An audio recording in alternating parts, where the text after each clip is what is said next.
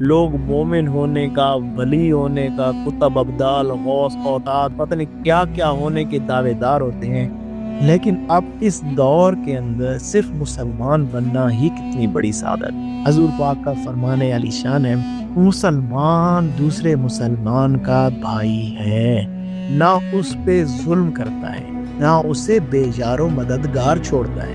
جو چیز ہم اپنی ذات کے لیے پسند نہیں کرتے اور وہی چیز ہم دوسروں کے ساتھ کر دیتے ہیں، یہ ظلم ہے۔ نہ اس کو بے یار و مددگار چھوڑتا ہے۔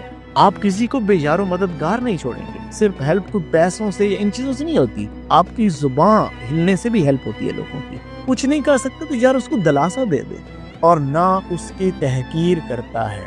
بڑے بڑے لوگ آپ کو نیکی کے مینار نظر آئیں، لیکن جب نجی محفلوں میں بیٹھیں گے تو لوگوں کی تحقیر کر کے لوگوں کے عزتوں کے پرخچے اڑا دیں گے۔ تحقیر انسان اگلے بندے کی کرتا ہی دم یہ جب آپ اسے بدگمان ہوتے ہیں۔ ہم اپنی ذات کی کروڑ غلطیاں معاف کرنے پہ تیار ہیں، ہر چیز کرنے کے باوجود ہم بھائی اللہ کے قرب کے اعلیٰ درجات پہ فائز ہیں۔ دوسرے کی کوئی ایک چھوٹی سی غلطی بھی ہم معاف نہیں کرنا چاہتے، تو کہاں ہے آپ کی درجہ مسلمان؟